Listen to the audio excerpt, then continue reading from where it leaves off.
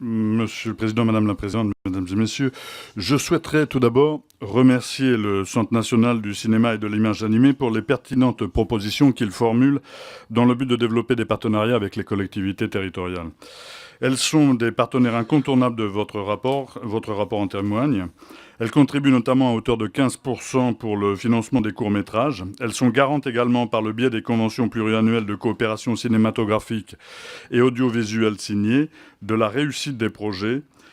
Elles s'assurent de la cohérence des actions menées, de la transparence des dispositifs et de la traçabilité des financements déployés. Votre rapport donc fait état de pistes que vous proposez pour étendre cette collaboration avec nos régions. Par exemple, vous proposez de soutenir les télévisions locales qui financent la création.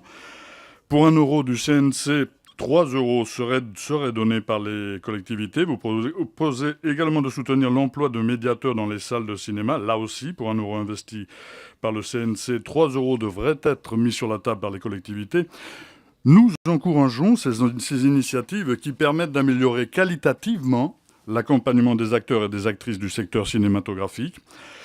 Mais Action publique 2022, ainsi qu'un document de travail du ministère de la Culture révélé par le journal de l'Humanité, nous inquiète. Le fil directeur de ces documents, c'est l'austérité, symbolisée par des coupes budgétaires dans la plupart des portefeuilles d'action publique. Alors, Madame la Présidente, à l'aune de ces informations délivrées par ce document, comment, ou plutôt, pourrez-vous, à l'avenir, accompagner les créatrices et les créateurs avec la même efficacité qui caractérise votre travail jusqu'à aujourd'hui? Merci.